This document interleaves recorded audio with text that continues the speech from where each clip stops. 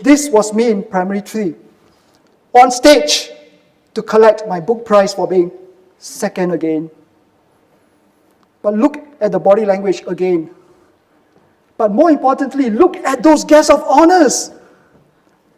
They are not like our leadership team here looking at me so encouragingly. They were looking at me, they were laughing. Normally guests of honors just sit on the stage and look like that. But why are they looking in my direction and smiling? Because I was so nervous, I took a full minute to be pushed onto stage.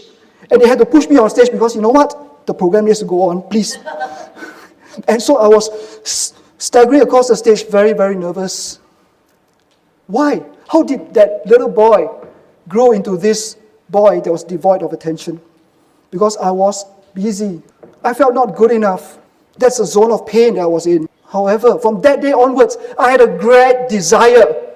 I have a desire for continuous growth. I told myself, you know what? I'm not going to settle for this. I'm going to work hard. I'm going to take all the courses I can learn. I'm going to read as much as I can. I'm going to work very, very hard because I crave significance. I craved significance. And so therefore, I worked very hard to go from that shy boy to the boy I stand in front of you today. When I went to NTU, Nanyang Technological University, I had a chance to learn an elective.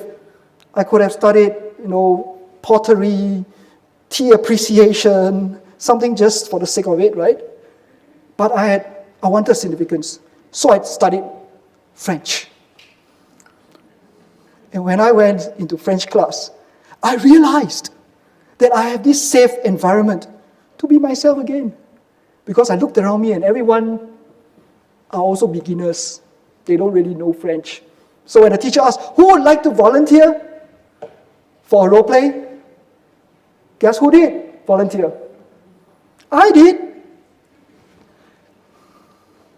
And because I fell in love with the French language, instead of doing just 4 semesters of it, instead of doing 2 semesters of it, I did 4 semesters of it. You see, I cannot count. My mathematics fail. I did 4 semesters of French because of my passion.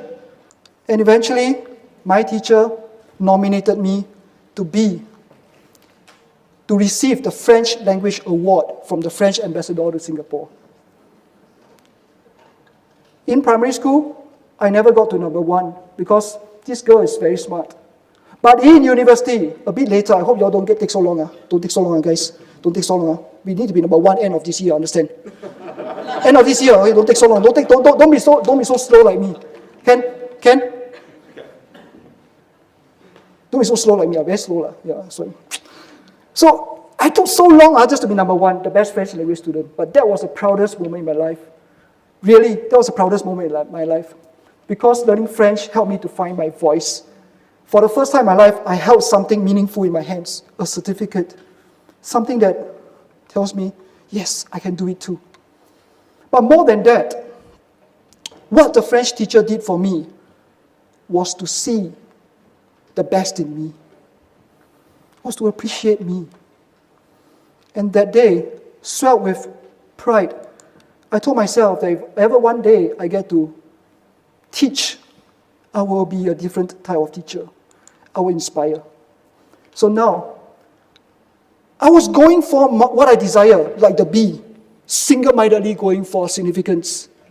But I found something else. I found the ability to teach.